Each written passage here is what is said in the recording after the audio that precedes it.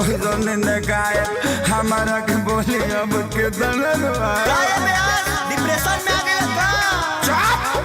गया भगवान कैसन कैसन दिन देखाए हमारा के बोली अब के तना दबाए पवन में जमीले हमारा बाराबादी में हमारा बाराबादी में। हेलो हेलो हेलो, जो भी बाराती भाई लोग खाना नहीं खाए हैं कृपया द्वार पे जाके खाना खा ले। ए भाई हाँ ये गांव के हुआ। हाँ हाँ ये का करे के बा बोल रहा तो करे के का बा बरतिया है लियावा खाना खियावा। काहे भगवान तू कैसन दिन देखो लो हमरे के अरे जोरे मन रखो नी चलो चलो पतल लियावा। आज पतल चलाए के परात हमारा अपने लभर के शादी में आज पतल चलावे के परात हमारा अपने लभर के शादी में।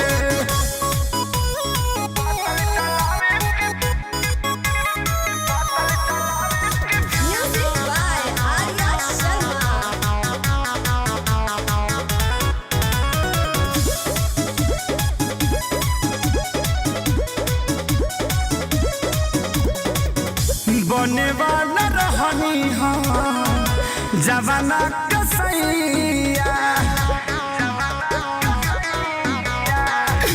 ई साला बुझता रे लड़की के भैया। टेंशन मत लीजिए, गलत फैमिली हो गया होगा। बने वाला रहनी हम जवाना के सैया ई साला बुझले लड़की के भैया लागी कोई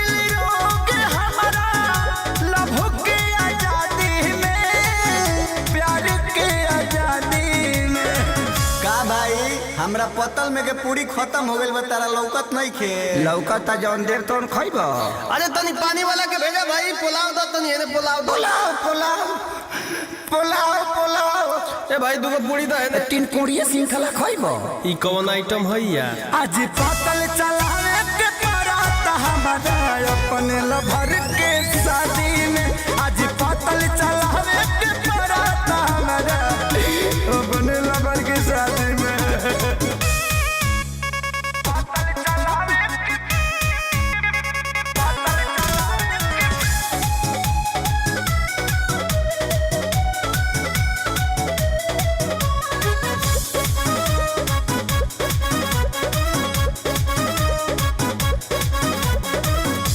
यादो राज खेसारी भाने अकेले जिली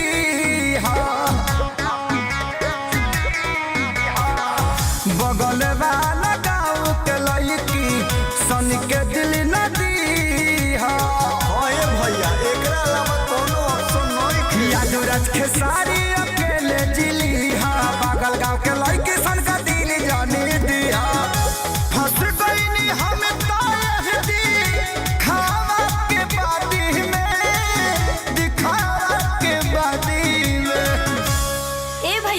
थोड़ा आइए ना इधर, काम है, आइए ना।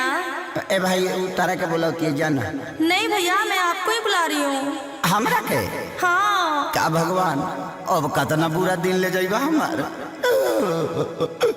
बता दी आज पतल चलावे के परात हमारा अपने लवर के साथ में।